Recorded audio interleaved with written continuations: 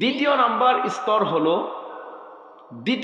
স্তর হলো আপনার নেক সন্তান। দ্বিতীয় নাম্বার স্তর কি? নেক সন্তান আপনার হলো এই রিজিকের ভিতরে দ্বিতীয় নাম্বার স্তর।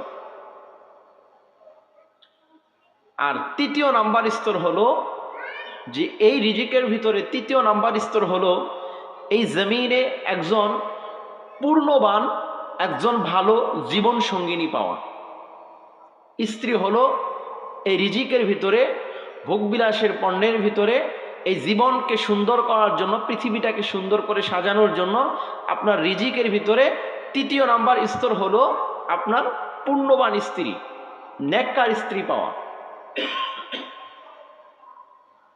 আর রিজিকের ভিতরে এর ভিতরে সর্বোচ্চ স্তর হলো আল্লাহর সন্তুষ্টি অর্জন করা। কোন সুবহানাল্লাহ। তাহলে কয়টা কথা বললাম? চারটা। কয়টা বলছি? চারটা। এক হলো আমরা যে রিজিক নিয়ে, যে খাবার নিয়ে, যে অর্থ সম্পত্তি নিয়ে এই দুনিয়াতে যেটা সবচেয়ে বিষয় নিয়ে, যে বিষয় নিয়ে আমরা পেরেশান, আমরা সুদ বুঝি না, আমরা ঘুষ বুঝি না, আমরা চুরি বুঝি না, আমরা ডাকাতি বুঝি না, আমরা হালাল বুঝি না, হারাম বুঝি না, কোনো কিছুর তোয়াক্কা করি না। এই কাজটা কি সঠিক হলো নাকি খারাপ হলো, এই কাজটা কি ভালো হলো নাকি মন্দ হলো, এগুলো আমরা দেখি না। কিন্তু হাদিসে পাকে আসছে উলামায়ে কেরাম এটার স্তর বানাতে গিয়ে তারা বলেছেন যে খাবার দাবার, অর্থ সম্পত্তি, টাকা পয়সা হলো এই রিজিকের সর্বনিম্ন স্তর। আর এটার জন্য সমাজে পেরেশানি আছে না নাই? হযরতে উলামায়ে কেরাম বলেন, শোনো,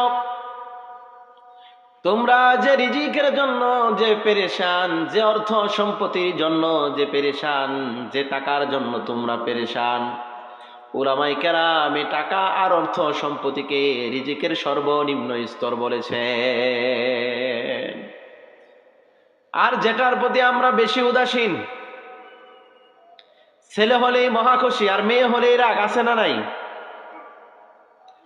নেককার সন্তান, নেককার ছেলে আর নেককার মেয়ে রিজিকের দ্বিতীয় নাম্বার স্তর বলেছেন, অর্থাৎ তার সে একটু উপরে। ছেলেগুলা যদি ভালো হয় তাহলে তো ভালো, আর মেয়েগুলা যদি ভালো হয় তাহলে তো ভালো।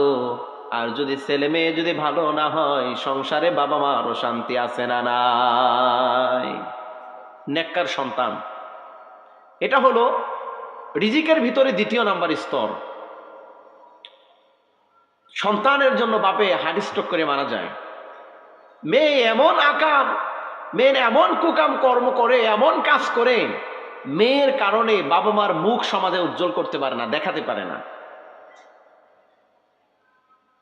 মেয়েদের কারণে, ছেলেদের কারণে বাবা মার মাথাটা নিচু হয়ে যায়। আবার এই সমাজে অনেক বাবা মাও আছে, বয়স হয়ে গেছে, বৃদ্ধ হয়ে গেছে, যে তাদের কারণে ছেলে সন্তান মেয়ে সন্তানদের মাথা নিচু হয়ে যায়, আছে না নাই?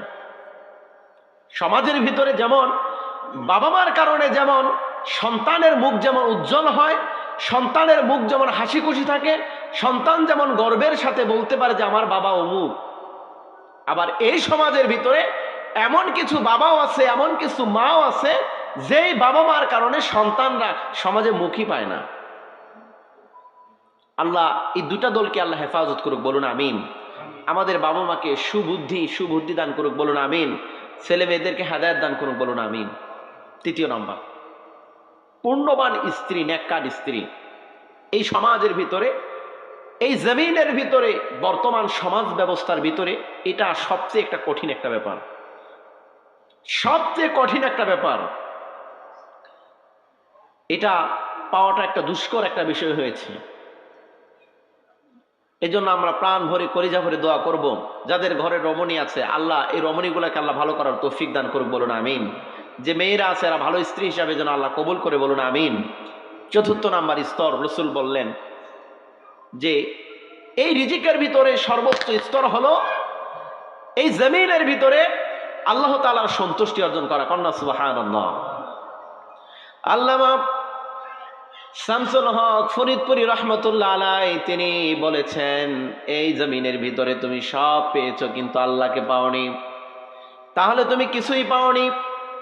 আবার এই জমিনের ভিতরে তুমি কিছুই পাওনি, অর্থ সম্পত্তি টাকা পয়সা কোনো কিছুই তোমার ছিল না, তুমি কিছুই পাওনি, কিন্তু তুমি তোমার রবকে পেয়েছ, তুমি তোমার আল্লাহকে পেয়েছ। শামসুল হক ফরিদপুরি রহমতুল্লাহ আলাইহি বললেন, তাহলে তুমি দুনিয়ার সব কিছু পেয়েছ।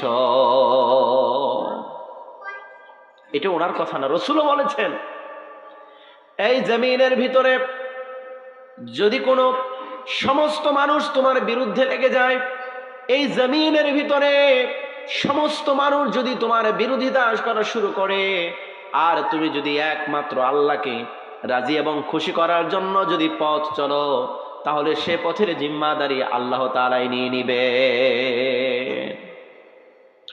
আবার এই জমিনের ভিতরে সমস্ত মানুষ তোমার পক্ষে, এই গ্রামের সমস্ত মানুষ তোমার পক্ষে, মেম্বার চেয়ারম্যান উকিল যা আছে সব তোমার পক্ষে, কিন্তু যেই কাজটা করতেছো এই কাজটা হলো আল্লাহ বিরোধী, রসুল বিরোধী।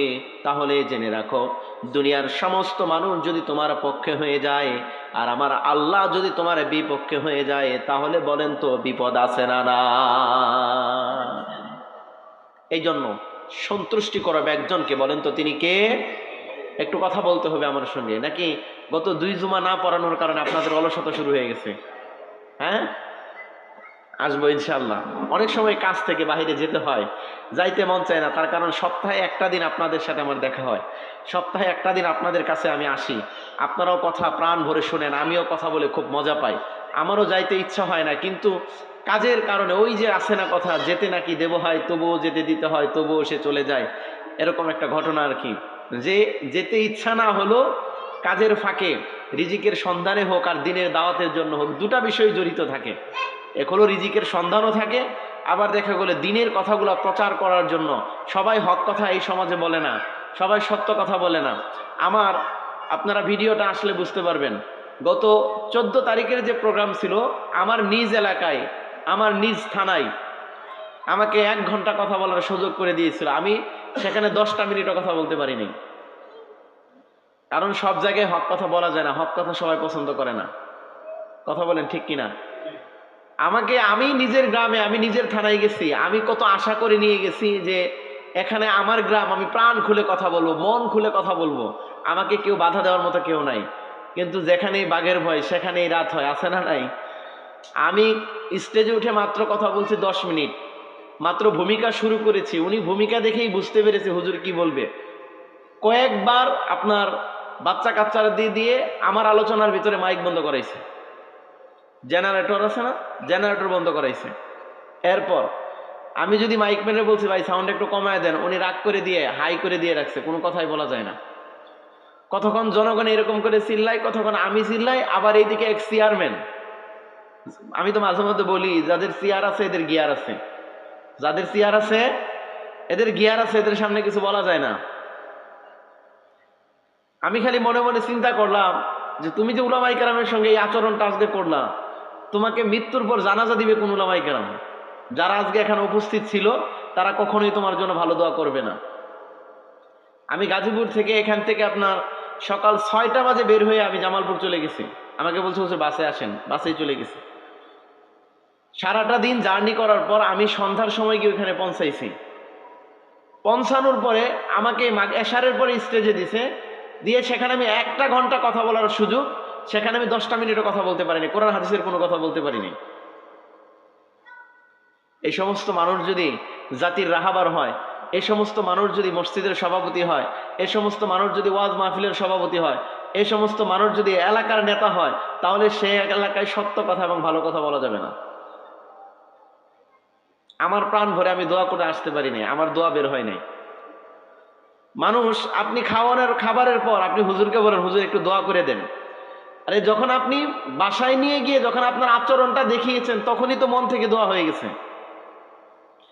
মসজিদে আপনি বললেন হুজুর নাম ধরে দোয়া করেন, আমি বললাম আমার নাম বলতে মনে নাই।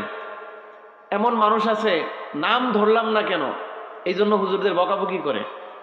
আচ্ছা, হুজুরে কষ্ট করলে আপনার চোখের পানি ফেলে আপনার জন্য দোয়া করলো, নামাজের পরে হুজুররা যে ধমকটা আপনি দিলেন, আপনি চিন্তা করছেন হুজুরের মনে কি পরিমাণ কষ্ট লাগছে? আর আপনার জন্য 2 হাতকে 6 হাত তুলে দোয়া করলো, ওই দোয়া কবুল হবে না।